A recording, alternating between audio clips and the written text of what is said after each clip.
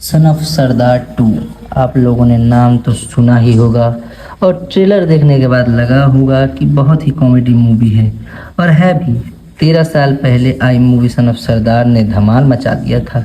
बस यही सोचकर शायद सन ऑफ सरदार 2 मूवी बनाई गई है, मगर मूवी देखकर मुझे लगता नहीं है कि धमाल मचा पाएगी उतना इस बार।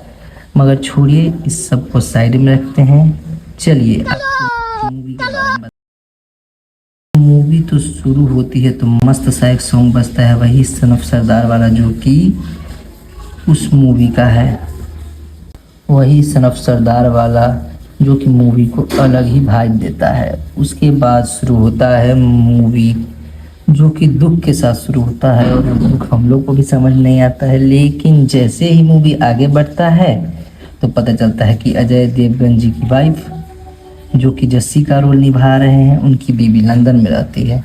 जस्सी पाजी का बीजा पासपोर्ट बन रहा होता है, लेकिन जैसे ही जस्सी पाजी लंदन पहुंचते हैं तो उनकी वाइफ उनसे डाइवोर्स मांगती है क्योंकि वो किसी और से प्यार करती है। लेकिन जस्सी पाजी को यह मजाक लगता है, लेकिन फिर उनको उनकी वाइफ सच बताती है तो वो उस घर से निकल जाते हैं और कुछ दिन अपने दोस्त के घर पे रहते हैं। लेकिन उनका दोस्त भी अपनी बीवी की कमाई पर पल रहा होता है, इसलिए वहाँ से भी उनको जाना पड़ता है। तो वो एक वकील खोजने के लिए जाते हैं, तभी उनकी मुलाकात में नाल ठाकुर से होती है जो कि इस मूवी में राबिया के रोल में रहती है। राबिया और उनकी पूरी फैमिली जो कि एक पाकिस्तानी होते हैं, जो कि जस्सी पाजी को पता नहीं होता है और वो उनके घर पे ही रहने लगते हैं। राबिया और उसका परिवार जो कि गाना बजाना करते हैं और एक दिन राबिया का पति उसको छोड़कर भाग जाता है। राबिया की बेटी सबा जो एक अमीर पंजाबी लड़के को फंसा लेती है क्योंकि उसको अपने घर के हालात पता होते हैं कि बाप भाग गया है और माँ भी सौतेली है और वो जो लड़का रहता है वो होता है राजा पाजी का पुत्र। इस मूवी में रवि किशन राजा पाजी के रोल में है। का जो पुत्र होता है उसका नाम गोगी रहता है। अब जो बात मैं बताऊंगा पूरी मूवी इसी के इर्द गिर्द बुनी हुई है। सवा जो रहती है वो गोगी को बार बार शादी करने के लिए कहती रहती है, लेकिन वो पापा जी नहीं मानेंगे, बोल बोल कर टाल देता है।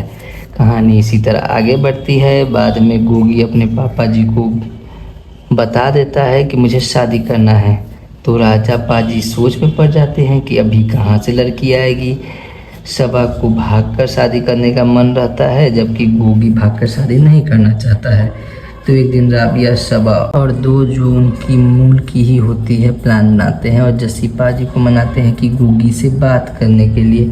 बहुत ही मशक्क़त के बाद वो मान जाते हैं, लेकिन बात कर भी लेते हैं और बोलते हैं कि भागकर शादी कर लो नहीं तो गोली मार देंगे।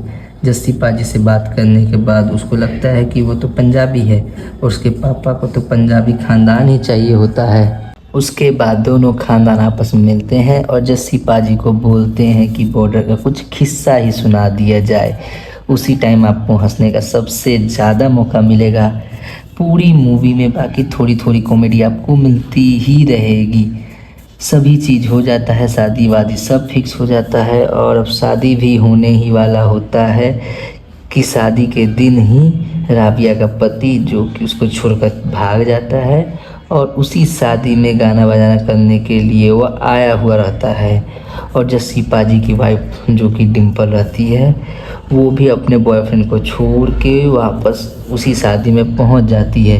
धीरे धीरे सभी का पोल खुलने लगता है और कॉमेडी मूवी थोड़ा इमोशनल मूवी बन जाता है। लेकिन अंतिम में राबिया का जो पति होता है और जस्सी पाजी की जो पत्नी होती है दोनों मर जाता है और अंतिम में जस्सी पाजी और राबिया साथ में रहने लगते हैं। फिर अंतिम गाना बजेगा, उसमें आपको दिखेंगे गुरु रंधावा जी। उसके बाद मूवी ख़त्म हो जाता है। अगर वीडियो पसंद आया है तो लाइक कर दीजिएगा और सब्सक्राइब करना मत भूलिएगा। धन्यवाद।